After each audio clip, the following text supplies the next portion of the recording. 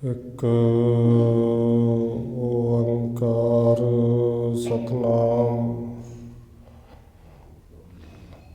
ਕਰਤਾ ਪੁਰਖ ਨਿਰਭਉ ਨਿਰਵੈਰ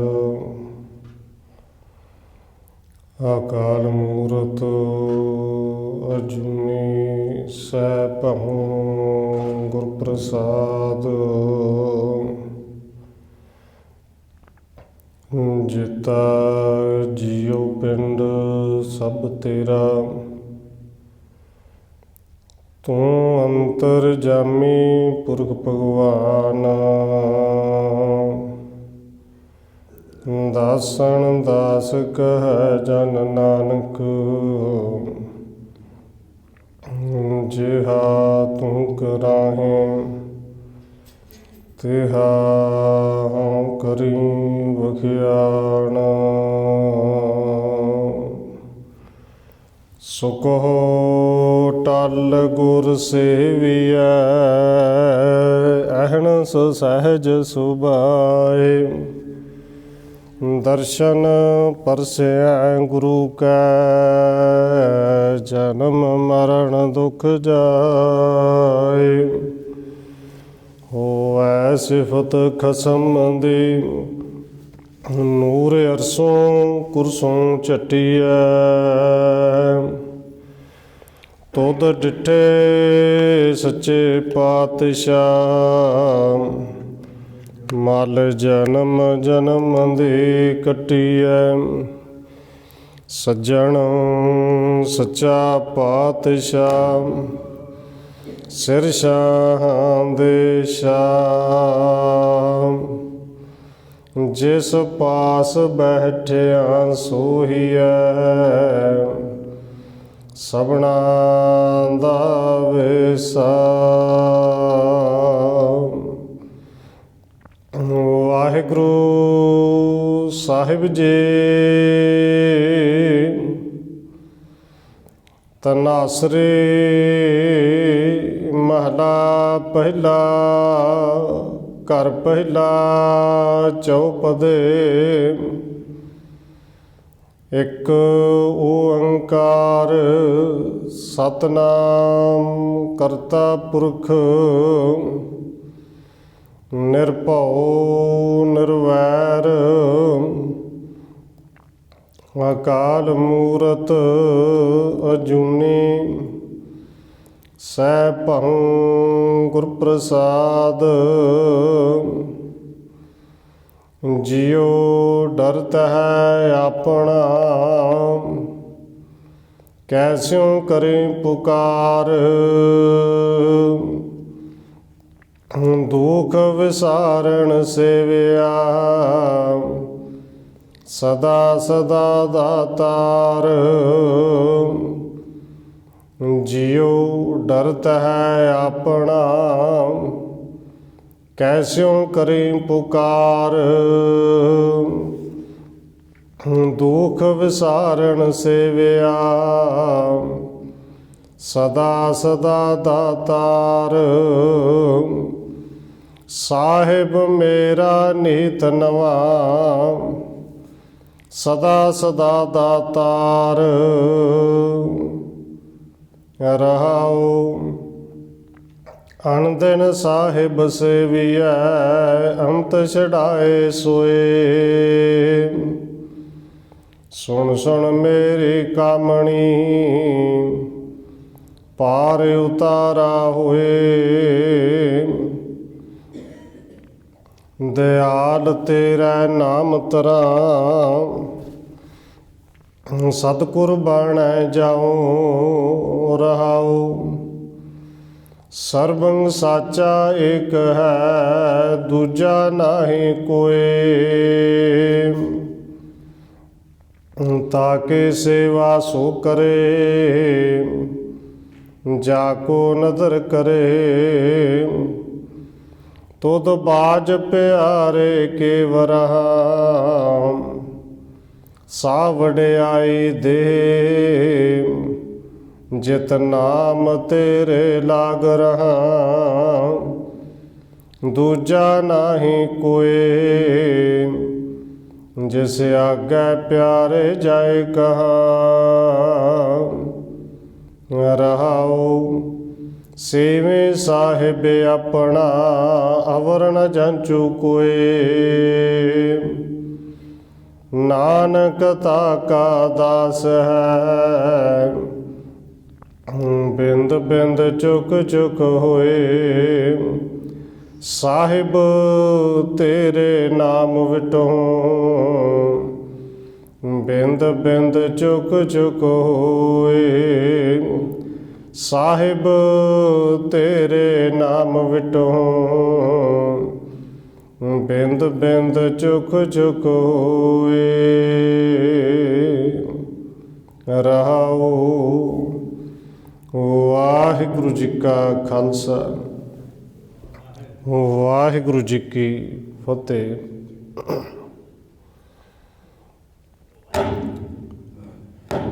परम सन्मानयोग सतगुरु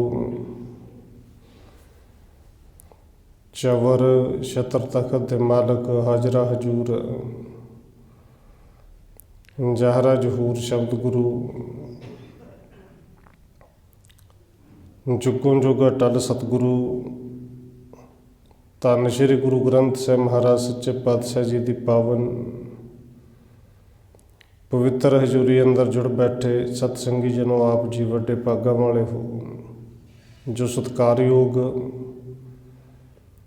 धन माता राजकौर जी के पावन अस्थान गुरुद्वारा मंजी साहिब विखे अमृत वेले दे दीवाना दियाँ हाजरियां भर रहे हो। नितनेम दियाँ बाणियां तो उपरंत आसा की वार शब्द कीर्तन गुरु स्वारत आप जी सरवण कर रहे सो। आओ रोजाना की तरह सतगुरु जी के बख्शिश किए हुए पावन हुक्म के विचार के नाल साझ पाउण तो पहला असीस बख्शिश करो जी। रसना नूं करो पवित्र जितने भी जुड़ बैठे हो लवाओ हाजरी सारे आखो जी। वाहिगुरु जी का खालसा वाहिगुरु जी की फतेह। तनासरे महला पहला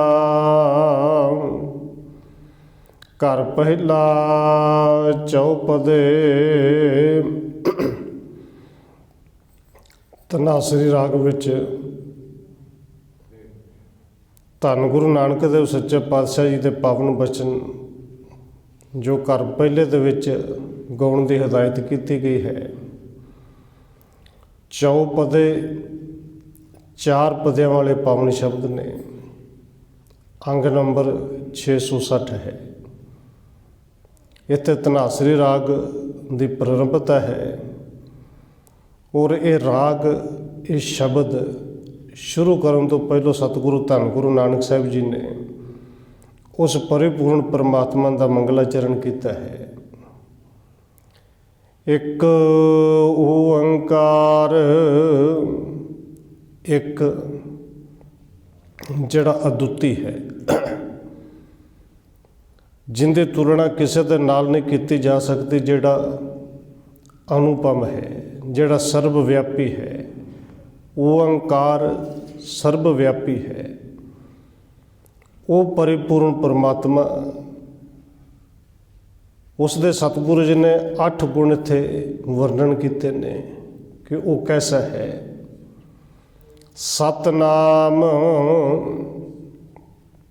सत दा भाव अर्थ है कि जिन्हें सदा ही रहना है। जेड़ा सदैवी है उनका नाम जदों कुछ भी नहीं सी उदों भी सी ते जदों अखीर ते कुछ भी नहीं रहना। पर वो नाम ऐसा है परमात्मा का उदों भी सत रहना है। करता पुरख वो करता आप ही सब नूं पैदा करने वाला है। वो परिपूर्ण परमात्मा आप ही सब का मालिक है। तो उस परिपूर्ण परमात्मा के गुण ने एक तो सब नूं पैदा करने वाला है पुरख है। निरभव वो किसी तो डरदा नहीं किसी नूं डराउंदा नहीं। ये निरभव परिपूर्ण परमात्मा का गुण है। ਔਰ ਗੁਰੂ ਕੇ ਸਿੱਖ ਨੇ ਪ੍ਰਮਾਤਮਾ ਦੇ ਇਹਨਾਂ ਨੂੰ ਗੁਣਾਂ ਨੂੰ ਗਾ ਗਾ ਕੇ ਇਹ ਗੁਣ ਆਪਣੇ ਅੰਦਰ ਲੈ ਕੇ ਆਉਣੇ ਨੇ। ਨਿਰਭਉ ਹੋਣਾ ਹੈ, ਨਿਰਵੈਰ, ਉਹ ਵੈਰ ਤੋਂ ਰਹਿਤ ਹੈ।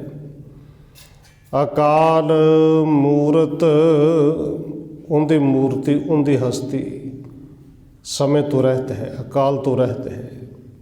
ਉਹਦੀ ਇਹ ਕਹਿ ਲੈ ਕਿ ਕਿਸੇ ਤਰ੍ਹਾਂ ਦੀ ਕੋਈ ਮੂਰਤੀ ਬਣਾਈ ਨਹੀਂ ਜਾ ਸਕਦੀ। ਅਜੂਨੀ, ਕਿਉਂਕਿ ਉਹ ਜੂਨਾਂ ਦੇ ਵਿੱਚ ਆਉਂਦਾ ਹੀ ਨਹੀਂ, ਉਹ ਅਜੂਨੀ ਹੈ, ਜੂਨਾਂ ਤੋਂ ਰਹਿਤ ਹੈ। ਫਿਰ ਉਹ ਪਰਮਾਤਮਾ ਜਿਹੜਾ ਜੂਨਾਂ ਦੇ ਵਿੱਚ ਆਉਂਦਾ ਨਹੀਂ, ਜੂਨਾਂ ਤੋਂ ਰਹਿਤ ਹੈ, ਗੁਰੂ ਸਾਹਿਬ ਜੀ ਕਹਿੰਦੇ ਫਿਰ ਉਹਦੀ ਹੋਂਦ ਕਿਵੇਂ ਹੈ? ਕਿਉਂਕਿ ਸੰਸਾਰ ਦੀ ਉਦਾਹਰਣ ਦੇਣੀ ਹੋਵੇ ਤੇ ਸਭ ਤੋਂ ਪਹਿਲਾਂ ਪੁੱਛਿਆ ਜਾਂਦਾ ਤੇਰਾ ਪਿਤਾ ਕੌਣ ਹੈ, ਮਾਂ ਕੌਣ ਹੈ, ਖਾਨਦਾਨ ਕੀ ਹੈ। ਪਰ ਪਰਮਾਤਮਾ ਕਹਿੰਦੇ ਸਹਿ ਭਾਉ, ਉਹ ਆਪਣੇ ਆਪ ਤੋਂ ਹੀ ਪੈਦਾ ਹੋਇਆ ਹੈ, ਆਪਣੇ ਆਪ ਤੋਂ ਹੀ ਪ੍ਰਕਾਸ਼ਮਨ ਹੈ। ਔਰ ਐਸਾ ਪਰਿਪੂਰਨ ਪਰਮਾਤਮਾ ਸਤਿਗੁਰੂ ਜੀ ਕਹਿੰਦੇ ਨੇ ਗੁਰ ਪ੍ਰਸਾਦ, ਗੁਰੂ ਦੀ ਕਿਰਪਾ ਨਾਲ ਮਿਲਦਾ ਹੈ। ਸਤਿਗੁਰੂ ਧੰਨ ਗੁਰੂ ਨਾਨਕ ਸਾਹਿਬ ਜੀ ਨੇ ਇਸ ਪਾਵਨ ਸ਼ਬਦ ਦੇ ਵਿੱਚ ਅੱਜ ਸਾਨੂੰ ਜੋ ਉਪਦੇਸ਼ ਦਿੱਤਾ ਹੈ, ਅਸਲ ਵਿੱਚ ਇੱਕ ਅਰਦਾਸ ਬੇਨਤੀ ਹੈ ਕਿ ਸਤਿਗੁਰੂ ਧੰਨ ਗੁਰੂ ਨਾਨਕ ਸਾਹਿਬ ਜੀ ਜਿੱਥੇ ਆਪ ਅਰਦਾਸ ਕਰਦੇ ਨੇ ਆਪਣੇ ਸਿੱਖਾਂ ਨੂੰ, ਦੱਸਦੇ ਨੇ ਕਿ ਭਾਈ ਸਿੱਖਾ, ਜੇ ਤੇਰੇ ਅੰਦਰ ਜਗਿਆਸਾ ਹੈ ਫਿਰ ਅਰਦਾਸ ਕਰ। ਅਰਦਾਸ ਕਿਹਦੇ ਅੱਗੇ ਕਰੀਏ? ਸਤਿਗੁਰੂ ਜੀ ਕਹਿੰਦੇ ਨੇ ਜੀਉ ਡਰਤ ਹੈ ਆਪਣਾ, ਕੈਸਿਉ ਕਰੀ ਪੁਕਾਰ। ਸਾਡਾ ਆਪਣਾ ਇਹ ਜੀਉ ਜਿੰਦ ਬੜੀ ਡਰਦੀ ਹੈ, ਕਿਉਂਕਿ ਸੁਣਿਆ ਬੜਾ ਕੁਛ ਹੈ, 84 ਲੱਖ ਜੂਨਾਂ ਨੇ ਸੁਣਿਆ ਬੜਾ ਕੁਛ ਹੈ। ਕੋਈ ਧਰਮਰਾਜ ਹੈ, ਕੋਈ ਦੂਤ ਨੇ, ਕੋਈ ਚਿੱਤਰਗੁਪਤ ਨੇ। ਪਰ ਸਤਿਗੁਰੂ ਜੀ ਇਹ ਡਰਦੀ ਹੋਈ ਜਿੰਦ ਹੁਣ ਪੁਕਾਰ ਕਿਹਦੇ ਅੱਗੇ ਕਰੇ? ਕਿਉਂਕਿ ਤੇਰੇ ਤੋਂ ਬਿਨਾਂ ਤਾਂ ਹੋਰ ਥਾਂ ਕੋਈ ਨਹੀਂ। ਜਿਉ ਡਰਤ ਹੈ ਆਪਣਾ, ਕੈਸਿਉ ਕਰੀ ਪੁਕਾਰ। ਤੇ ਪੁਕਾਰ ਕਰਨੀ ਕੀ ਹੈ ਕਿ ਇਹ ਦਾਤਾ ਦੁੱਖ ਵਿਸਾਰਨ ਸੇਵਿਆ, ਸਦਾ ਸਦਾ ਦਾਤਾਰ। ਤੂੰ ਸਾਰੇ ਹੀ ਦੁੱਖਾਂ ਨੂੰ ਵਿਸਾਰਨ ਵਾਲਾ ਹੈ, ਤੇਰਾ ਸਿਮਰਨ ਕੀਤਾ ਹੈ, ਤੈਨੂੰ ਸੇਵਿਆ ਹੈ। ਦੁੱਖ ਵਿਸਾਰਨ ਸੇਵਿਆ, ਦੁੱਖਾਂ ਦੇ ਨਾਸ਼ ਕਰਨ ਵਾਲੇ ਨੂੰ ਸਿਮਰਿਆ ਹੈ। ਔਰ ਦੂਸਰਾ ਬਚਨ ਅੱਗੇ ਕੀਤਾ, ਸਦਾ ਸਦਾ ਦਾਤਾਰ। ਇਹ ਵਾਹਿਗੁਰੂ ਜੀ, ਕੇਵਲ ਤੂੰ ਦੁੱਖਾਂ ਦਾ ਨਾਸ਼ ਹੀ ਨਹੀਂ ਕਰਦਾ, ਤੂੰ ਦਾਤਾ ਵੀ ਦੇਣਾ ਤੇ ਸਦਾ ਹੀ ਦੇਣਾ ਹੈ। ਸਦਾ ਸਦਾ ਦਾਤਾਰ। ਹੁਣ ਦੁੱਖ ਕਿਹੜੇ ਕਿਹੜੇ ਨੇ? ਜੇ ਦੁੱਖਾਂ ਵਾਲੇ ਪਾਸੇ ਜਾਈਏ, ਸਤਿਗੁਰੂ ਧੰਨ ਗੁਰੂ ਨਾਨਕ ਸਾਹਿਬ ਜੀ ਨੇ ਪਾਵਨ ਬਚਨ ਕਹੇ ਨੇ। ਦੁੱਖ ਕਿਹੜੇ ਨੇ? ਉਹਨਾਂ ਦੀ ਗਿਣਤੀ ਨਹੀਂ, ਪਰ 4 ਕੁ ਦੁੱਖ ਗੁਰੂ ਸਾਹਿਬ ਜੀ ਨੇ ਮੁੱਖ ਤੌਰ 'ਤੇ ਮੰਨੇ ਨੇ। ਕਿਉਂਕਿ ਅਸੀਂ ਦੁੱਖ ਸਮਝਨੇ ਸਰੀਰ ਨੂੰ, ਕਿਤੇ ਬੁਖਾਰ ਹੋ ਜਾਏ, ਕਿਤੇ ਸੱਟ ਲੱਗ ਜੇ ਤੇ ਦੁੱਖ ਆ ਗਿਆ। ਧੰਨ ਗੁਰੂ ਨਾਨਕ ਦੇਵ ਸੱਚੇ ਪਾਤਸ਼ਾਹ ਜੀ ਕਹਿੰਦੇ ਨੇ ਇਹ ਸਰੀਰ ਦੇ ਹੋਰ ਜਿਹੜੇ ਕਈ ਅੱਜ ਤੇ ਬਿਮਾਰੀਆਂ ਨੇ 36 ਤਰ੍ਹਾਂ ਦੀਆਂ। ਕਿਸੇ ਵੀ ਤਰ੍ਹਾਂ ਦਾ ਰੋਗ ਆ ਜੇ, ਕਈ ਰੋਗ ਆ ਜਾਣ, ਇਕੱਠੇ ਹੋ ਕੇ ਆ ਜਾਣ। ਇਹ ਸਰੀਰ ਦੇ ਦੁੱਖ ਨੂੰ ਇੱਕ ਦੁੱਖ ਤੇ ਕਿਹਾ ਹੈ। ਪਰ ਸਤਿਗੁਰੂ ਧੰਨ ਗੁਰੂ ਨਾਨਕ ਦੇਵ ਸੱਚੇ ਪਾਤਸ਼ਾਹ ਕਹਿੰਦੇ ਨੇ ਜਿਹੜੇ ਦੁੱਖਾਂ ਨੂੰ ਦੂਰ ਕਰਨ ਵਾਲੇ ਨੂੰ ਸਿਮਰਨਾ ਹੈ ਨਾ, ਭਾਈ ਉਹ ਦੁੱਖ ਹੈ ਕਿਹੜੇ? ਅਸਲ ਵਿੱਚ ਉਸ ਪਰਮੇਸ਼ਰ ਨੂੰ ਭੁੱਲ ਜਾਣਾ ਹੀ ਤੇ ਸਭ ਤੋਂ ਵੱਡਾ ਦੁੱਖ ਹੈ। ਉੱਥੇ ਸਤਿਗੁਰੂ ਜੀ ਨੇ ਪਾਵਨ ਬਚਨ ਕਹੇ, ਕਹਿੰਦੇ ਦੁੱਖ ਵਿਛੋੜਾ, ਇੱਕ ਦੁੱਖ ਭੂਖ। ਸਭ ਤੋਂ ਪਹਿਲੇ ਗਿਣਿਆ ਨਾਲ ਵਿਛੋੜਾ ਸਭ ਤੋਂ ਵੱਡਾ ਦੁੱਖ ਹੈ। ਰੱਬ ਤੋਂ ਵਿਛੜ ਜਾਣੇ ਤੇ ਦੁੱਖ ਹੈ। ਦੂਜਾ ਵੱਡਾ ਦੁੱਖ ਹੈ ਭੁੱਖ। ਦੇਖੋ, ਭੁੱਖ ਭਾਵੇਂ ਪੇਟ ਦੀ ਹੋਵੇ ਤੇ ਭਾਵੇਂ ਤ੍ਰਿਸ਼ਨਾ ਵਾਲੀ ਹੋਵੇ, ਬੜਾ ਵੱਡਾ ਦੁੱਖ ਹੈ। ਔਰ ਜਿਹੜੇ ਇਸ ਭੁੱਖ ਦੇ ਨਾਲ ਦੁਖੀ ਹੋ ਗਏ, ਤ੍ਰਿਸ਼ਨਾ ਵਾਲੀ ਭੁੱਖ ਨਾਲ, ਫਿਰ ਗੁਰੂ ਸਾਹਿਬ ਜੀ ਕਹਿੰਦੇ ਨੇ ਉਹ ਤਾਂ ਭਾਵੇਂ ਸਹਿਜ ਖਟੇ ਲੱਖ ਕੋ ਉਠ ਧਾਵੇ, ਤ੍ਰਿਪਤ ਨਾ ਆਵੇ। ਮਾਇਆ ਪਾਛੇ ਪਾਵੇ, ਜਿਹੜੇ ਮਾਇਆ ਦੇ ਪਿੱਛੇ ਪੈ ਗਏ ਫਿਰ ਉਹ ਨਹੀਂ ਰੱਜਦੇ। दुख बड़ा वड्डा है। दुख विछोड़ा, एक दुख भूख, एक दुख शक्तवार जमदूत। जमदूतां दा भी बड़ा दुख सुनिया, पर अखीर ते सतगुरु जी ने किरपा की, पावन बचन किया। एक दुख रोग लगा तन धाए, तन का एक दुख मन्निया, भावें दे विचों दुख बड़े ही ने। ये चार ते दुख गुरु साहब जी कहते हैं असल विच गिनती विच मेन सानू गिण के दसे, तो इन्हां विचों भी सब तो वड्डा दुख है रब नालों विछड़ जाना, क्योंकि विछड़िया होया नूं किते थां ही नहीं, टिकाणा ही नहीं। विछड़े होए किते टिका दे विच आ ही नहीं सकते। भावें सतगुरु जी ने बाणी दे विच बहुत बचन कहे ने, पर सतगुरु जी दी किरपा कि ये जिहड़े विछड़िया होया नूं दुख है, जिथे गुरु ग्रंथ साहिब जी पावन बचन कहते उत्थे भाई वीर सिंह ने चार को लैना लिखी ने और कमाल कीतियां कि विछोड़े दे विच दुख देखो किन्ना है। हुण भाई साहब जी कवि ने, ते कवि जिथे भी खलो जाने, जिंदे कोल भी खलो जाण, वो भावें बोलदा होवे ते भावें ना, वो बुला ही लेंदे ने, वो कविता राहीं बुला दिंदे ने। भाई वीर सिंह जी कहते ने लंघदा लंघदा कोई फुੱਲ दे कोल खलोता। हुण फुੱਲ अक्सर खिड़िया होवे ते वो सब नूं प्रभावित करदा ही है। खिड़े हुए फुੱਲ नूं कोल गया ते जदों हत्थ पा के लगा तोड़न, ते भाई साहब जी कहते ने भाई वीर सिंह जी कि फुੱਲ ने आवाज़ दे के क्या तेनों खिड़िया हुए मैं चंगा नहीं लगता भरावा, क्यों तोड़न लग्या है। भावें तोड़न वाला सोचे या ना सोचे, पर वो तोड़न वाले नूं अगों भाई साहब जी कहते उन्होंने जवाब दिता कि नहीं ऐसी गल नहीं, सोहना तो बहुत लग्या तां ही तो तोड़न लग्या, तोड़ के नाल ले जावांगा। और उस फुੱਲ ने बोल के कुछ जिवें जवाब दिता होवे, वो कहता तू तो तोड़ के लै जाएगा, जिहड़े हत्थां नाल तोड़ के ले जाना ने चेते रखी, शाम नूं इन्हां ही हत्थां नाल तू आप चुक के कूड़ेदान दे विच सुट्टेगा। तोड़न भी तू आया, तेनों सोहना लग्या, ते शाम नूं कूड़ेदान विच भी तो तू ही सुट्टना है, क्योंकि जे तू तोड़ के लै गया ना ये खेड़ा रहना है ना सुगंध रहनी है। जे मूल दे नालों टाणी दे नाल ही टुट जावांगा तो फिर खेड़ा कित्थे रहना है। और जिहड़ा रब दे नालों टुट जे, अपने मूल दे नालों टुट जे, फिर उन्हां दे जीवन विच खेड़ा कित्थों रहना है। उत्थे भाई साहब ने पावन बचन कहे, कहंदे ढाले नालों ना तोड़ असानू, असां हट महक दे लाई। कहंदे लख गाहक जे सूंघे आके खाली एक ना जाए। हुण फुੱਲ खिड़िया होवे भावें लखे जाके सुगंधियां लै लैण, सब नूं सुगंध देनी है, पर फुੱਲ कहंदा जे तू तोड़ के लै गया असानू, एक जोगा रह जासां।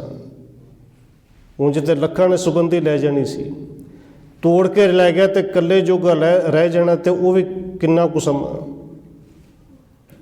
कहंदे वो भी पल झलकदा मेला, धूप महक नस जाई। ये सुगंध, ये महक, ये खेड़ा सारा कुछ ही खत्म हो जाना है। और सतगुरु जी अज किरपा की, दुख विसारण सेविया, वो जिन्हों विछड़ के दुख मिलता है, जिंदे विछोड़े दे विचों दुख निकलता है, उन्होंने सिमरिया है। तो जे अरदास करनी तो फिर अरदास भी उनके अगे कर। हुण सब तो पहली गल कहते दुख विसारण सेविया, ते अगला पावन बचन जिहड़ा किया, सदा सदा दा तार जिन्हों सेविया है ना, ये भी भरोसा को सारियां दा दाता है। और सदा सदा ही दातार, सदा ही दाता दिंदा है। हुण देखो दुख की जदों गल चले, तो दुख केवल बाहर का नहीं, दुख विछोड़े का बहुत वड्डा है। और धन गुरु नानक देव सच्चे पातशाह ने कृपा की जदों बगदाद गए सन, और केवल एक उदाहरण है, वो जिथे भी गए उन्होंने जिथे बाहर के दुखों को दूर किया, अंदर के दुखों को भी दूर किया। क्योंकि एक समझ ना होने करके अंदर दुख घट होवे पर दुखी बंदा ज़्यादा होंदा है। ਉੱਥੇ ਭਾਈ ਸਾਹਿਬ ਨੇ ਪਾਵਨ ਬਚਨ ਕਹੇ ਨੇ ਕਿ ਫਿਰ ਗਿਆ ਬਾਬਾ ਬਗਦਾਦ ਨੂੰ ਬਾਹਰ ਜਾਏ ਕੀਆ ਅਸਥਾਨਾ, ਇੱਕ ਬਾਬਾ ਅਕਾਲ ਰੂਪ ਦੂਜਾ ਰਵਾਬੀ ਮਰਦਾਨਾ। ਉਸ ਕਵਿਤ ਵਿੱਚ ਭਾਈ ਸਾਹਿਬ ਨੇ ਪਾਵਨ ਬਚਨ ਕਹੇ ਕਿ ਉੱਥੇ ਸੁੰਨ-ਮੁੰਨ ਨਗਰੀ ਪਈ। ਜਦੋਂ ਉੱਚੇ ਬਾਂਗ ਦਿੱਤੇ ਸਾਰੇ ਨਗਰੀ ਸੁੰਨ-ਮੁੰਨ ਹੋ ਗਈ। ਹੁਣ ਦੇਖੋ, ਭਾਵੇਂ ਕਵੀ ਸੰਤੋਖ ਸਿੰਘ ਦਾ ਆਪਾਂ ਇਤਿਹਾਸ ਵੀ ਥੋੜ੍ਹੇ ਦਿਨ ਪਹਿਲੋਂ ਪੜ੍ਹ ਕੇ ਆਏ ਹਾਂ। ਉਹਨਾਂ ਨੇ ਲਿਖਿਆ ਕਿ ਨਗਰੀ ਸੁੰਨ ਹੋ ਗਈ, ਲੋਕੀ ਪੱਥਰ ਹੀ ਹੋ ਗਏ, ਇੱਕ ਥਾਂ 'ਤੇ ਜਾਮ ਹੀ ਹੋ ਗਏ। ਪਰ ਅਸਲ ਵਿੱਚ ਸੁੰਨ ਉਵੇਂ ਨਹੀਂ ਹੋਏ ਕਿ ਜਾਮ ਹੀ ਹੋ ਗਏ, ਉਹ ਬੋਲਣੋਂ ਚੱਲਣੋਂ ਹੀ ਹਟ ਗਏ, ਹਿੱਲਣੋਂ ਹੀ ਹਟ ਗਏ। ਉਹ ਸੁੰਨ ਕਿਵੇਂ ਹੋਏ? ਪ੍ਰੋਫੈਸਰ ਪਿਆਰਾ ਸਿੰਘ ਨੇ ਇੱਕ ਬੜੀ ਸੋਹਣੀ ਜਨਮ ਸਾਖੀ ਦੇ ਵਿੱਚੋਂ ਸਾਖੀ ਲੈ ਕੇ ਉਦਾਹਰਣ ਦਿੱਤੀ ਕਿ ਜਦੋਂ ਸਤਿਗੁਰੂ ਜੀ ਬਗਦਾਦ ਗਏ ਸਨ ਨਾ, ਸੁੰਨ-ਮੁੰਨ ਲੋਕ ਕਿਵੇਂ ਹੋਏ। ਉੱਥੇ ਇੱਕ ਫਕੀਰ ਹੈ ਜਿਹਦਾ ਨਾਮ ਭਾਈ ਬਹਿਲੋਲ ਆਇਆ। ਧੰਨ ਗੁਰੂ ਨਾਨਕ ਦੇਵ ਸੱਚੇ ਪਾਤਸ਼ਾਹ ਜੀ ਬੈਠ ਕੇ ਕੀਰਤਨ ਕਰਦੇ ਨੇ, ਭਾਈ ਰਵਾਬ ਮਰਦਾਨਾ ਜੀ ਰਵਾਬ ਵਜਾਉਂਦੇ ਨੇ। ਔਰ ਇਹ ਭਾਈ ਬਹਿਲੋਲ ਜਿਹੜਾ ਹੈ, ਇਹ ਨਵਾਜ਼ ਪੜ੍ਹਨ ਵਾਸਤੇ ਮਸਜਿਦ ਜਾ ਰਿਹਾ ਹੈ। ਪਰ ਜਦੋਂ ਸ਼ਬਦ ਸੁਣਿਆ ਸੁੰਨ-ਮੁੰਨ ਹੋ ਗਿਆ ਜੀ। ਔਰ ਇੰਨਾ ਸੁੰਨ-ਮੁੰਨ ਹੋਇਆ ਕਿ ਸਤਿਗੁਰੂ ਦੇ ਚਰਨਾਂ ਵਿੱਚ ਬੈਠ ਕੇ ਬੋਲਿਆ ਕੁਝ ਨਹੀਂ। ਸ਼ਬਦ ਦਾ ਕੀਰਤਨ ਜਿਹੜਾ ਭੋਗ ਪਾਇਆ ਗਿਆ, ਇਹ ਬਹਿਲੋਲ ਬੋਲਿਆ ਫਿਰ ਵੀ ਕੁਝ ਨਹੀਂ, ਸਿਰ ਝੁਕਾ ਕੇ ਵਾਪਸ ਚਲਾ ਗਿਆ। ਅਗਲੀ ਨਵਾਜ਼ ਦੇ ਸਮੇਂ ਫਿਰ ਆਇਆ, ਫਿਰ ਸ਼ਬਦ ਚੱਲ ਰਿਹਾ ਸੀ, ਫਿਰ ਉਸੇ ਤਰ੍ਹਾਂ ਸੁੰਨ-ਮੁੰਨ ਹੋ ਕੇ ਬੈਠ ਗਿਆ, ਵਾਪਸ ਚਲਾ ਗਿਆ। ਕਈ ਦਿਨ ਇਸੇ ਤਰ੍ਹਾਂ ਆਵੇ, ਮਸੀਤ ਨੂੰ ਵੀ ਭੁੱਲ ਜੇ, ਨਵਾਜ਼ ਨੂੰ ਵੀ ਭੁੱਲ ਜੇ। ਬਸ ਜਿਵੇਂ ਸੁੰਨ-ਮੁੰਨ ਹੁੰਦਾ ਉਵੇਂ ਗੁਰੂ ਸਾਹਿਬ ਦੇ ਚਰਨਾਂ ਵਿੱਚ ਬੈਠਾ ਹੋਵੇ, ਚਲਾ ਜਾਏ। ਪਰ ਅੰਦਰ ਪ੍ਰੇਮ ਬੜਾ ਬਣਿਆ। ਹੁਣ ਸਤਿਗੁਰੂ ਨੇ ਤਾਂ ਅੱਗੇ ਜਾਣਾ ਹੀ ਸੀ। ਜਿੱਦਣ ਗੁਰੂ ਸਾਹਿਬ ਜੀ ਅੱਗੇ ਜਾਣ ਲੱਗੇ ਤੇ ਇਸ ਬਹਿਲੋਲ ਨੇ ਫਿਰ ਹੱਥ ਜੋੜ ਕੇ ਕਿਹਾ ਸੀ ਕਿ ਅੰਦਰ ਪ੍ਰੇਮ ਦੀ ਜਾਗ ਲਾਉਣ ਵਾਲਿਆ ਸਾਈਆਂ, ਹੁਣ ਕਿਰਪਾ ਕਰ, ਜਾਂ ਤੇ ਮੈਨੂੰ ਨਾਲ ਹੀ ਲੈ ਜਾ, ਤੇ ਜਾਂ ਫਿਰ ਅਰਦਾਸ ਕਰਕੇ ਹੁਣ ਇਸ ਸਰੀਰ ਵਿੱਚੋਂ ਜਿੰਦ ਹੀ ਨਿਕਲ ਜੇ। ਇੰਨਾ ਪਿਆਰ ਪੈਦਾ ਕਰਕੇ ਹੁਣ ਜਾਣਾ, ਤੇਰੇ ਤੋਂ ਬਿਨਾਂ ਰਿਹਾ ਕਿਵੇਂ ਜਾਣਾ ਹੈ। ਉੱਥੇ ਸਤਿਗੁਰੂ ਧੰਨ ਗੁਰੂ ਨਾਨਕ ਦੇਵ ਸੱਚੇ ਪਾਤਸ਼ਾਹ ਜੀ ਨੇ ਕਿਰਪਾ ਕੀਤੀ। ਕਹਿੰਦੇ ਇਹ ਪਿਆਰ ਤੈਨੂੰ ਬਣਿਆ ਕਿਵੇਂ? ਭਾਈ ਬਹਿਲੋਲ ਦੱਸ, ਅੰਦਰ ਪ੍ਰੇਮ ਪੈਦਾ ਕਿਵੇਂ ਹੋਇਆ? ਤੇ ਭਾਈ ਬਹਿਲੋਲ ਨੇ ਇੱਕੋ ਗੱਲ ਕਹੀ ਕਿ ਜੋ ਕੁਝ ਤੁਸੀਂ ਗਾਇਆ, ਇਹ ਸ਼ਬਦ ਦਾ ਕੀਰਤਨ ਕੀਤਾ ਸੀ ਨਾ, ਸ਼ਬਦ ਸੁਣਿਆ ਤੇ ਪ੍ਰੇਮ ਪੈਦਾ ਹੋ ਗਿਆ। ਤੇ ਸਤਿਗੁਰੂ ਜੀ ਕਹਿੰਦੇ ਨੇ ਫਿਰ ਸੱਚ ਜਾਣੀ, ਜੇ ਪ੍ਰੇਮ ਕਰਨਾ ਤੇ ਸ਼ਬਦ ਨਾਲ ਹੀ ਕਰੀ, ਸਰੀਰਾਂ ਨਾਲ ਨਹੀਂ। ਸਾਡੇ ਸ਼ਬਦ ਨੂੰ ਪੜ੍ਹੀ ਸੁਣੀ, ਅਸੀਂ ਤਾਂ ਤੇਰੇ ਕੋਲ ਹੀ ਹੋਵਾਂਗੇ, ਸਰੀਰਾਂ ਨੇ ਤੇ ਅੱਜ ਨਹੀਂ ਤੇ ਕੱਲ੍ਹ ਵਿਛੜ ਜਾਣਾ ਹੈ। ਜੇ ਸਰੀਰ ਦੇ ਵਿੱਚੋਂ ਜਿੰਦ ਚਲੀ ਵੀ ਗਈ ਤੇ ਫਿਰ ਕਿਹੜਾ ਨਾਲ ਰਹੇਗਾ। ਸਰੀਰ ਇੱਥੇ ਤੇਰਾ ਕਿਸੇ ਨੇ ਦਫਨਾ ਦੇਣਾ, ਹੋ ਸਕਦਾ ਸੀ ਪਹਿਲੋਂ ਚਲੇ ਜਾਈਏ। ਉੱਥੇ ਕਹਿੰਦੇ ਜਦੋਂ ਗੁਰੂ ਸਾਹਿਬ ਜੀ ਨੇ ਕਿਰਪਾ ਕੀਤੀ, ਬਹਿਲੋਲ ਦੇ ਸਿਰ 'ਤੇ ਹੱਥ ਰੱਖਿਆ ਔਰ ਗੁਰੂ ਸਾਹਿਬ ਨੇ ਪਾਵਨ ਬਚਨ ਕਹੇ ਨੇ ਕਿ ਹੁਕਮ ਮਸਤਕ ਹੱਥ ਧਰ ਵਿੱਚੋਂ ਮਾਰ ਕੱਢੀਆਂ ਬੁਰਾਈਆਂ, ਕਰ ਹੁਕਮ ਮਸਤਕ ਹੱਥ ਧਰ। ਜਦੋਂ ਹੁਕਮ ਕਰਕੇ ਮੱਥੇ 'ਤੇ ਹੱਥ ਰੱਖਿਆ, ਭਾਵੇਂ ਪਹਿਲੋਂ ਵੀ ਬੰਦਗੀ ਵਾਲਾ ਹੈ, ਜਿਹਨੂੰ ਗੁਰੂ ਸਾਹਿਬ ਨੇ ਪਾਵਨ ਬਚਨ ਇਹ ਵੀ ਕਹੇ ਨੇ, ਮੇਰੇ ਹੀਰੇ ਰਤਨ ਨਾਮ ਹਰ ਬਸਿਆ। ਕਦੋਂ ਜੀ? ਕਹਿੰਦੇ ਜਦੋਂ ਗੁਰ ਹਾਥ ਧਰਿਓ ਮੇਰੇ ਮੱਥਾ। ਭਾਈ ਬਹਿਲੋਲ ਦੇ ਅੰਦਰ ਉਹ ਰਤਨ ਨਾਮ ਵਸ ਗਿਆ। ਤੇ ਐਸਾ ਨਾਮ ਜਿਹਨੂੰ ਗੁਰੂ ਸਾਹਿਬ ਜੀ ਕਹਿੰਦੇ ਨੇ, ਜਨਮ ਜਨਮ ਕੇ ਕਿਲ ਵਿਖ ਲਾਥੇ, ਗੁਰ ਨਾਮ ਦਿਓ ਰਿਣ ਲਾਥਾ। ਸਾਰੇ ਵਿਕਾਰਾਂ ਵਾਲਾ ਕਰਜ਼ਾ ਹੀ ਲੈ ਗਿਆ, ਜਨਮਾਂ ਜਨਮਾਂਤਰਾਂ ਦੀ ਮੈਲ ਹੀ ਉਤਰ ਗਈ। ਹੁਣ ਸਤਿਗੁਰੂ ਧੰਨ ਗੁਰੂ ਨਾਨਕ ਦੇਵ ਸੱਚੇ ਪਾਤਸ਼ਾਹ ਜੀ ਨੇ ਕਿਰਪਾ ਕੀਤੀ, ਜਾਣ ਲੱਗੇ ਤੇ ਬਹਿਲੋਲ ਨੇ ਬੇਨਤੀ ਕੀਤੀ, ਸਤਿਗੁਰੂ ਜੀ ਕਿਰਪਾ ਕਰੋ, ਹੁਣ ਨਾਲ ਲੈ ਕੇ ਜਾਓ, ਜਾਂ ਇਸ ਸਰੀਰ ਦੇ ਵਿੱਚੋਂ ਜਿੰਦ ਕੱਢੋ। ਉੱਥੇ ਸਤਿਗੁਰੂ ਜੀ ਨੇ ਕਿਰਪਾ ਕੀਤੀ, ਇਹ ਉਪਦੇਸ਼ ਦਿੱਤਾ ਵੀ ਸ਼ਬਦ ਨੂੰ ਪੜ੍ਹ। ਔਰ ਸਾਖੀ ਕਰ ਲਿਖਦਾ ਕਿ ਭਾਈ ਬਹਿਲੋਲ ਉਸ ਤੋਂ ਬਾਅਦ 60 ਸਾਲ ਉੱਥੇ ਬੈਠ ਕੇ ਉਹਨਾਂ ਨੇ ਬੰਦਗੀ ਕੀਤੀ। ਅੱਖਾਂ ਬੰਦ ਰਹਿੰਦੀਆਂ ਨੇ, ਖੋਲ੍ਹਦੇ ਨਹੀਂ। बहुत घट बोलते ने, बहुत घट अखा खोलते हैं। और देखो एक अखा बंद करने वाले बनारस के ठग भी ने, पर ये जिहड़ी सतगुरु जी ने कृपा करके सानू रमज समझाई ना, ये हर एक पंक्ति हर एक ते नहीं टुकदी। अखा बंद करने वाले नूं बगल समाध भी गुरु साहब जी कहते हैं, बगल समाध लगा दिंदा, पर सारे तो बगल समाध ला के नहीं ना बैठते। एक वो लोग ने जिहड़ा उच्चा उच्चा बोलते हैं, जपते हैं प्यार दे विच, ते उच्चा उच्चा जपण वालिਆਂ ਨੂੰ ਵੇਖ के जैसे बाबा कबीर जी की पंक्ति उन्हां ते टुका दीए कि मुला मनारे क्या चढ़े साई ना बहरा होए, जा कारण तू बांग दे दिल ही भीतर जोए, पई उन्होंने अंदरों लभ, बाहरों को उच्चा उच्चा बोली जाने। वही बाबा कबीर जी कहते हैं जदों तक ना समझ लगे उदों तक कहते हैं किसों किसों कूकी है, भाई उदों तक उच्चा उच्चा बोल लेना चाहिए है। कबों के सुने पुकार पुकारेगा कदे तो सुनेगा। खैर उत्थे भाई बहलोल कहते हैं दिन रात उस थान ते बैठते हैं, और 60 साल बैठन तो भाव के उस तो बाद शरीर करके भाई बहलोल 60 साल उत्थे रहे। धन गुरु नानक साहब जी आ गए, कहते हैं उत्थों का समय का जिहड़ा हाकम सी उन्हें भाई बहलोल बारे बड़ा सुनिया सी, लंघदा लंघदा आ गया कि जिहड़ी छन है पुली है वो भी इस तरह लगता कि मीह पवे तो सारे पानी अंदर आवे। हुण इस हाकम ने कहा जब बादशाह ने कहा कि साईं फकीर कुछ मंग लै, और भाई बहलोल ने एको गल कही सी कि मंगया इक्को ही दाते तो मंगया जिहड़ा सदा सदा दातार है, तो इक्को वारी मंगया है। क्योंकि वो जिन्हें सानू पैदा किया है ना, पैदा करने वाला करता बाद विच है, वो दाता पहलू है। कला मैनू नहीं सब नूं दाता दिंदा, और गुरु साहब ने पावन बचन भी कहे ने। जदों आसा की वार दे विच पावन बचन पढ़ने हैं, दाता करता आप तू, पहलो दाता तो फिर करता। उत्थे कहते ने तुस देवै करे पसाओ, आप त्रुठ के दाता तू देना, सब नूं देना है।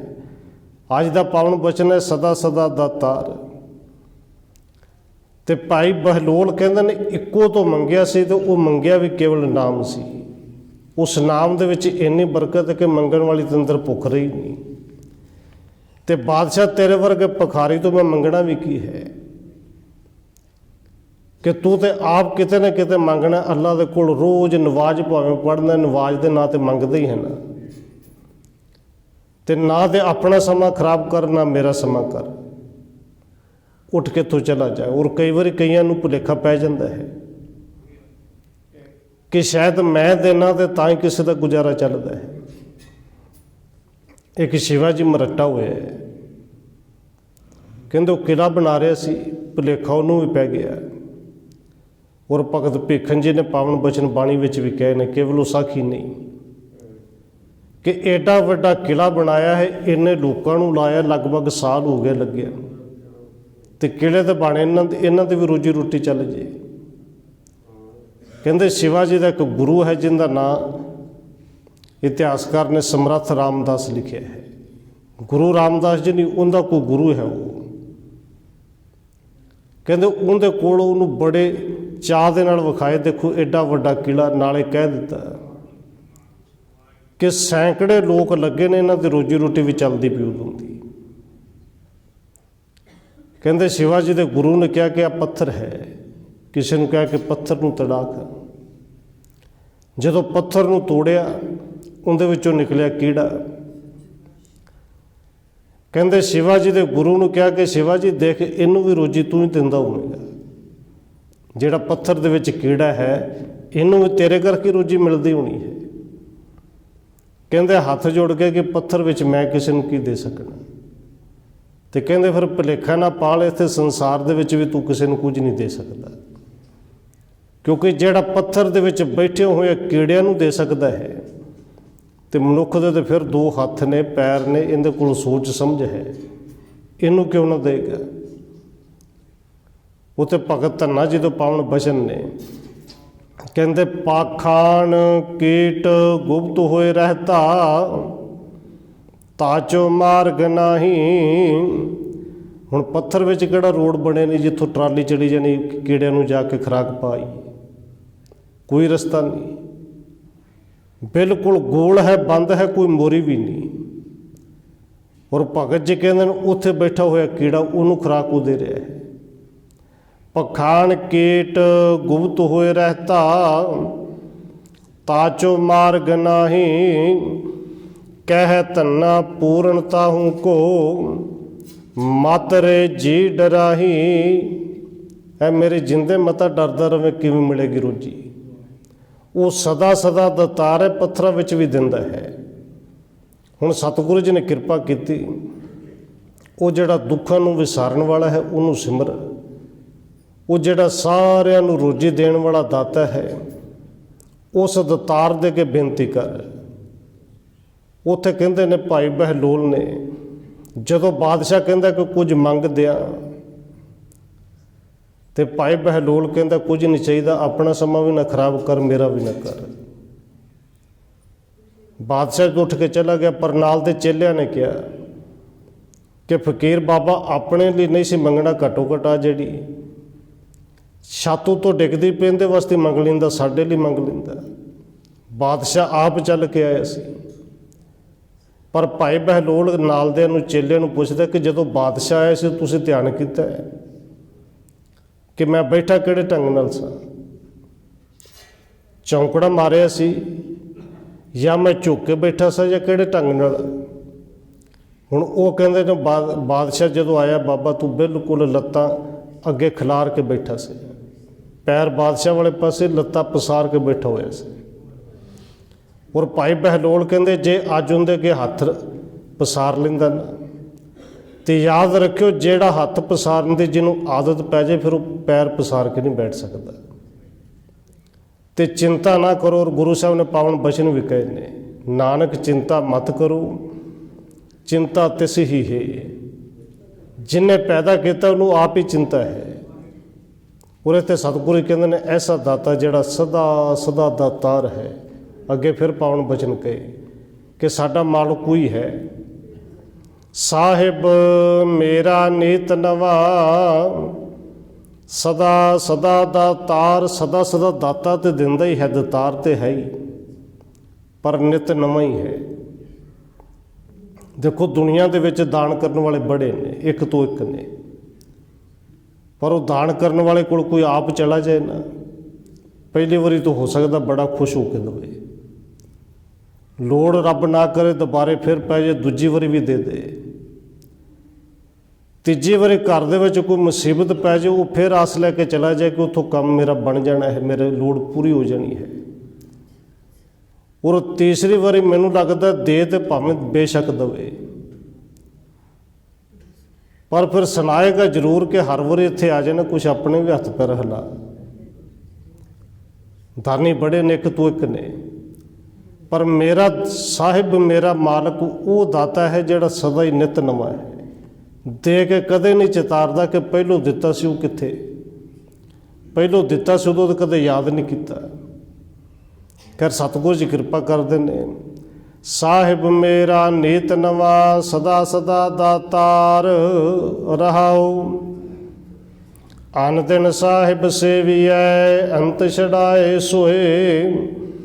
ਇਸ ਕਰਕੇ ਧੰਨ ਗੁਰੂ ਨਾਨਕ ਦੇਵ ਸੱਚੇ ਪਾਤਸ਼ਾਹ ਕਹਿੰਦੇ ਨੇ ਭਾਈ ਸਿੱਖੋ, ਅਨ ਦਿਨ ਸਾਹਿਬ ਸੇਵੀ ਹੈ। ਅਨ ਦਿਨ ਦਾ ਅਖਰੀ ਅਰਥ ਦਿਨ ਰਾਤ ਹੈ, ਅਤੇ ਦਿਨ ਰਾਤ ਦਾ ਭਾਵ ਅਰਥ ਹੈ ਹਰ ਵੇਲੇ ਉਹਨੂੰ ਸਿਮਰਨਾ ਚਾਹੀਦਾ ਹੈ, ਅਤੇ ਉਹਨੂੰ ਸਿਮਰਨਾ ਚਾਹੀਦਾ ਅੰਤ ਛਡਾਏ ਸੋਏ, ਜਿਹੜਾ ਅੰਤ ਸਮੇਂ ਵੀ ਤੈਨੂੰ ਇਹਨਾਂ ਦੁਸ਼ਟਾਂ ਤੋਂ ਜਮਾਂ ਤੋਂ ਛਡਾ ਸਕੇ। ਔਰ ਸਤਿਗੁਰੂ ਜੀ ਨੇ ਪਾਵਨ ਬਚਨ ਕਹੇ ਨੇ, ਬਾਣੀ ਦੇ ਵਿੱਚ ਬਹੁਤ ਬਚਨ ਕਹੇ ਨੇ ਕਿ ਸੋ ਐਸਾ ਹਰ ਧਿਆਈਏ ਮੇਰੇ ਜੀਅੜੇ।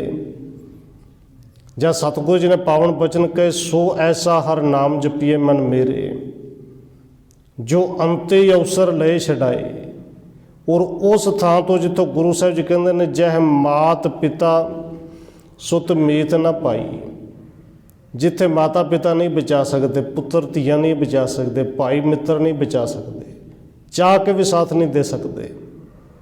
ਸਤਿਗੁਰੂ ਜੀ ਕਹਿੰਦੇ ਨੇ, ਜਹ ਮਾਤ ਪਿਤਾ ਸੁਤ ਮੀਤ ਨਾ ਭਾਈ, ਮਨ ਊਹਾ ਨਾਮ ਤੇਰੇ ਸੰਗ ਸਹਾਈ।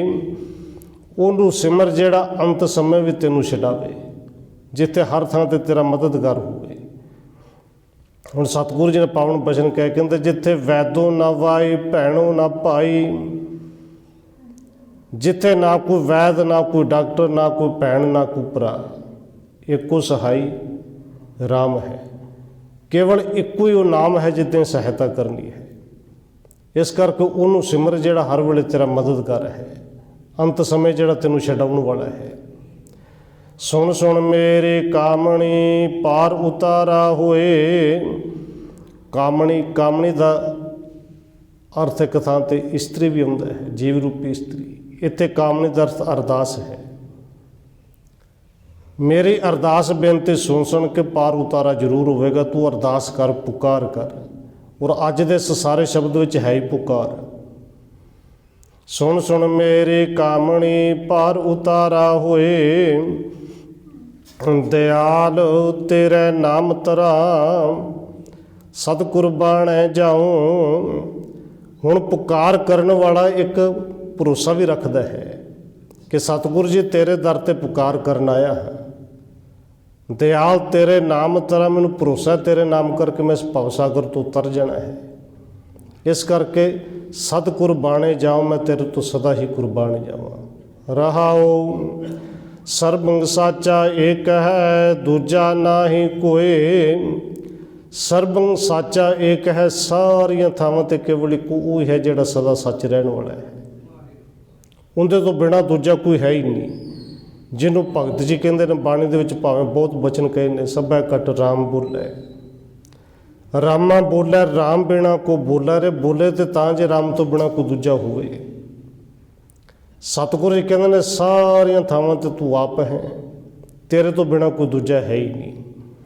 ਤਾਕੇ ਸੇਵਾ ਸੋ ਕਰੇ ਜਾ ਕੋ ਨਦਰ ਕਰੇ। ਤੋ ਐਸੇ ਪਰਮਾਤਮਾ ਦੀ ਸੇਵਾ ਤੋਂ ਭਾਵ ਸਿਮਰਨ। ਔਰ ਜੇ ਬੇਨਤੀ ਕਰਾਂ ਕਿ ਸੇਵਾ ਹੀ ਸਿਮਰਨ ਬਣ ਜਾਂਦਾ, ਜਦੋਂ ਜਿਹਨੂੰ ਗੁਰੂ ਸਾਹਿਬ ਜੀ ਕਹਿੰਦੇ ਨੇ ਕਿ ਉਹ ਸੇਵਾ ਕੀਤੀ ਹੋਈ ਪ੍ਰਵਾਨ ਹੈ ਜਦੋਂ ਚਿੱਤ ਵਿੱਚ ਲੱਗਿਆ ਹੋਵੇ। ਸਤਿਗੁਰੂ ਕੀ ਸੇਵਾ ਸਫਲ ਹੈ, ਜੇ ਕੋ ਕਰੇ ਚਿੱਤ ਲਾਏ। ਉਹ ਕੀਤੀ ਹੋਈ ਸੇਵਾ ਹੀ ਸਿਮਰਨ ਬਣ ਜਾਂਦਾ ਹੈ। ਹੁਣ ਸਤਿਗੁਰ ਦੀ ਸੇਵਾ, ਗੁਰੂ ਦਾ ਸਿਮਰਨ, ਅਤੇ ਗੁਰੂ ਸਾਹਿਬ ਜੀ ਕਹਿੰਦੇ ਨੇ ਤਾਂ ਕਿ ਸੇਵਾ ਸੋ ਕਰੇ, ਜਿਹੜਾ ਉਸ ਪਰਮਾਤਮਾ ਦੀ ਐਸੀ ਸਿਮਰਨ ਕਰੇ, ਸੇਵਾ ਕਰੇ। ਉਹ ਕਰ ਸਕਦਾ ਜਾ ਕੋ ਨਦਰ ਕਰੇ, ਜਿੰਦੇ ਤੇ ਕਿਰਪਾ ਆਪ ਕਰੇ। ਤੁਧ ਬਾਜ ਪਿਆਰੇ ਕੇਵਰਾਹਾ, ਸਾ ਵਡਿਆਈ ਦੇ ਜਿਤ ਨਾਮ ਤੇਰੇ ਲਾਗ ਰਹਾ। ਇਸ ਕਰਕੇ ਧੰਨ ਗੁਰੂ ਨਾਨਕ ਸਾਹਿਬ ਸੱਚੇ ਪਾਤਸ਼ਾਹ ਜੀ ਆਪ ਅਰਦਾਸ ਬੇਨਤੀ ਕਰਦੇ ਨੇ, ਇਹ ਮੇਰੇ ਪਿਆਰੇ ਵਾਹਿਗੁਰੂ ਜੀ, ਤੇਰੇ ਤੋਂ ਬਿਨਾ ਕਵਾਂ ਵੀ ਕਿਹਨੂੰ। ਕਿਰਪਾ ਕਰ ਮੈਨੂੰ ਉਹ ਵਡਿਆਈ ਦੇ ਕਿ ਜਿਹੜੀ ਤੇਰੇ ਨਾਮ ਦੇ ਵਿੱਚੋਂ ਮਿਲਦੀ, ਤੇ ਤੇਰੇ ਨਾਮ ਦੇ ਵਿੱਚ ਮੈਂ ਜੁੜ ਜਾਵਾਂ। ਸਾ ਵਡਿਆਈ ਦੇ, ਕਿਹੜੀ ਵਡਿਆਈ? ਜਿਤ ਨਾਮ ਤੇਰੇ ਲਾਗ ਰਹਾ, ਜਿੰਦੇ ਕਰਕੇ ਤੇਰੇ ਨਾਮ ਦੇ ਵਿੱਚ ਮੈਂ ਜੁੜ ਜਾਵਾਂ। ਫਿਰ ਬੇਨਤੀ ਕੀਤੀ, ਦੂਜਾ ਨਾਹੀ ਕੋਏ ਜਿਸ ਆਗੇ ਪਿਆਰੇ ਜਾਏ ਕਹਾਂ। ਵਾਹਿਗੁਰੂ ਜੀ ਤੇਰੇ ਤੋਂ ਬਿਨਾ ਕੋਈ ਦੂਜਾ ਹੈ ਹੀ ਨਹੀਂ ਕਿ ਜਿੰਦੇ ਅੱਗੇ ਜਾ ਕੇ ਕਵਾਂ ਜਾਂ ਪੁਕਾਰ ਕਰ ਸਕਾਂ। ਰਹਾਉ ਸੇਵੀ ਸਾਹਿਬ ਆਪਣਾ ਅਵਰ ਨ ਜਾਂਚੂ ਕੋਏ। ਹੁਣ ਸਿੱਖ ਇੱਕ ਭਰੋਸੇ ਦੇ ਵਿੱਚ ਕਹਿੰਦਾ ਕਿ ਇਹ ਸਤਿਗੁਰੂ ਜੀ, ਜੇ ਮੈਂ ਸਿਮਰਨ ਕਰਾਂਗਾ ਤੇ ਆਪਣੇ ਵਾਹਿਗੁਰੂ ਦਾ, ਸੇਵੀ ਸਾਹਿਬ ਆਪਣਾ, ਆਪਣੇ ਮਾਲਕ ਦਾ, ਅਵਰ ਨਾ ਜਾਚੂ ਕੋਈ। ਜੇ ਕੁਛ ਮੰਗਣ ਦੀ ਲੋੜ ਵੀ ਪਈ ਤੇ ਕਿਸੇ ਹੋਰ ਥਾਂ ਤੋਂ ਜਾ ਕੇ ਜਾਚਨਾ ਨਹੀਂ ਕਰਾਂਗਾ। ਸੇਵੀ ਸਾਹਿਬ ਆਪਣਾ ਅਵਰ ਨ ਜਾਂਚੂ ਕੋਏ। ਨਾਨਕ ਤਾ ਕਾ ਦਾਸ ਹੈ, ਬਿੰਦ ਬਿੰਦ ਚੁੱਕ ਚੁੱਕ ਹੋਏ। ਅਖੀਰ ਤੇ ਸਤਿਗੁਰੂ ਧੰਨ ਗੁਰੂ ਨਾਨਕ ਸਾਹਿਬ ਜੀ ਅਰਦਾਸ ਬੇਨਤੀ ਕਰਦਿਆਂ ਦਾਸ ਹੋ ਕੇ ਬੇਨਤੀ ਕਰਕੇ ਕਹਿੰਦੇ ਨੇ, ਰੱਬ ਜੀ, ਪਰਮੇਸ਼ਰ ਜੀ, ਤੇਰੇ ਨਾਮ ਤੋਂ ਮੈਂ ਸਦਾ ਹੀ ਕੁਰਬਾਨ ਹਾਂ। ਸਾਹਿਬ ਤੇਰੇ ਨਾਮ ਵਿਟੋਂ ਬਿੰਦ ਬਿੰਦ ਚੁੱਕ ਚੁੱਕ ਹੋਏ, ਤੇ ਤੇਰੇ ਨਾਮ ਤੋਂ ਇੰਨਾ ਕੁ ਕੁਰਬਾਨ ਜਾ ਸਕਣਾ। ਇਸ ਤਨ ਦੇ ਮਨ ਦੇ ਛੋਟੇ ਛੋਟੇ ਟੁਕੜੇ ਕਰਕੇ ਵੀ ਕੁਰਬਾਨ ਕਰਨੇ ਪੈਣ, ਉਹ ਵੀ ਕਰਨ ਲਈ ਤਿਆਰ ਹੈ। ਜਿਹਨੂੰ ਧੰਨ ਗੁਰੂ ਅਰਜਨ ਦੇਵ ਸੱਚੇ ਪਾਤਸ਼ਾਹ ਜੀ ਨੇ ਪਾਵਨ ਬਚਨ ਵੀ ਕਹੇ ਨੇ ਕਿ ਤਨ ਮਨ ਕਾਟ ਕਾਟ ਸਭ ਅਰਪੀ ਵਿੱਚ ਅਗਨੀ ਆਪ ਜਲਾਈ। ਕਿਉਂਕਿ ਤੇਰੇ ਤੋਂ ਕੁਰਬਾਨ ਜਾਣਾ, ਇਹ ਤਨ ਮਨ ਦੇ ਟੁਕੜੇ ਕਰਕੇ ਆਪ ਹੱਥੀ ਚੁੱਕ ਕੇ ਭੱਠੇ ਵਿੱਚ ਸੁੱਟ ਦੇਣੇ, ਇਹ ਵੀ ਸਸਤਾ ਕੰਮ ਹੈ। ਪਰ ਕਿਰਪਾ ਕਰ, ਆਪਣੀ ਕਿਰਪਾ ਬਣਾ ਕੇ ਰੱਖ, ਚਰਨਾਂ ਵਿੱਚ ਜੋੜ ਕੇ ਰੱਖ। ਸਤਿਗੁਰੂ ਜੀ ਕਿਰਪਾ ਸਭ ਤੇ ਕਰਨ। ਹੋਈਆਂ ਭੁੱਲਾਂ ਦੀ ਖਿਮਾ। ਆਓ 1-2 ਮਿੰਟ ਹੋਰ ਰਸਨਾ ਦੇ ਨਾਲ ਹਾਜ਼ਰੀ ਲਵਾਈਏ, ਫਿਰ ਸਮਾਪਤੀ ਹੈ ਜੀ। ਵਾਹਿਗੁਰੂ ਵਾਹਿਗੁਰੂ ਵਾਹਿਗੁਰੂ ਵਾਹਿਗੁਰੂ